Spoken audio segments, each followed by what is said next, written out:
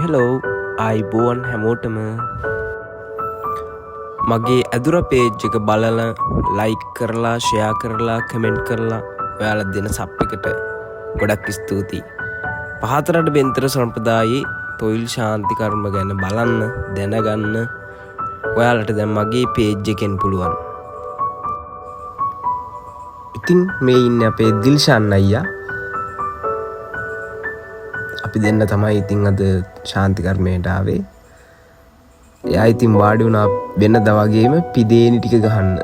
අපි දෙන්නත් එක්ක ඉතින් චූටි කයියකුත් දාගෙන වැඩ ටික කරන්න පටන් ගත්තා. බුලත් දෙඩකුත් කාලා. මෙහෙම තමයි ඉතින් අපේ දවල් දවස ගෙවෙන්නේ. ඔයාලට බලන්න පුළුවන් තව ඉස්සරහට ගොඩක් දේවල් මගේ පේජ් කරා මගේ පේජ් එකත් එකතු වෙලා ඉන්න. ඉතින් දැන් ඔයාලට මේ පේන්නේ පිදේන්නක් හදන විදිය.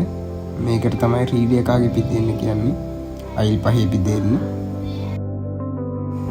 ශාන්ති කර්මයකට මෙවැනි පිදේන් 4ක් සකස් කරනවා. එකක් කළු යකාට පුද දෙන කළුයක් පිදේන්න. දෙවෙනි එක රීඩි යකාට පුද දෙන රීඩියක් පිදේන්න. තුන්වෙනි එක මහසෝනට පුද දෙන මහසෝම් පිදෙන්න. හතරවෙනි එක සූනිය යස්සනීට පුද දෙන සූනියම් පිදෙන්න. ඉතින් ඔය හතරෙන් පස්සේ මල පෙරේතයන්ට පුද දෙන්න පෙරේත්තටෝ කියලා එකක් සකස් කරනවා. මලයක් පිදෙන්න කියන්නේ ඒක තමයි. ඉතින් මේ ඔයාලා දකින්නේ ආරක්ෂා පුටුවට තියන්න තැඹිලි ගෙඩියක් සකස් කරන අයුරු. ඒක ඉතින් අපේ දිල්ෂාන් අයියා බොහෝම සියුම්ව ඒ වැඩේ ලස්සනට කරනවා. පොඩ්ඩක් බලන්න.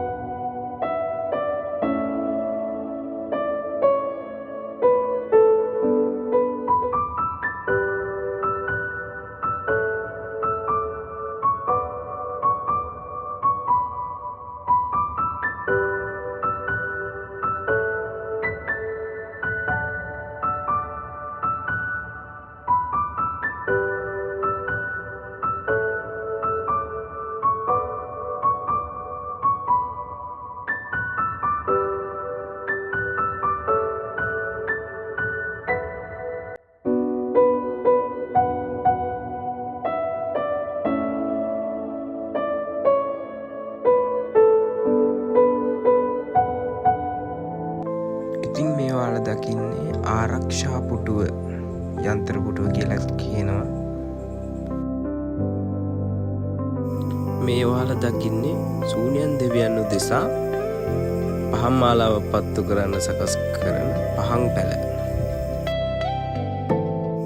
මේ තමයි සත්තඩි පියුම් හත. මේක ශාන්ති කර්මයේ ගන්නෙ මොකටද මොකද්ද මේකෙන් වෙන්නේ කියලා ඉස්සරහ දෙවනි වීඩියෝ එකකින් ඔයාලට දාන්නම්. දෙවනි වීඩියෝ එකත් බලන්න.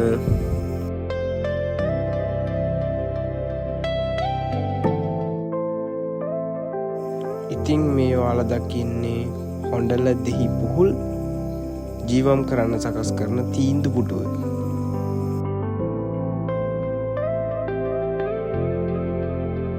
ඉතින් අපේ දිල්ෂාන් අයියා පිදේනි මැස්සක් තමයි මේ හදන්නේ. මේ තමයි මලයක් පිදෙන්න කියන්නේ. මම ඔයාලට විස්තරයක් කියලා ඇති.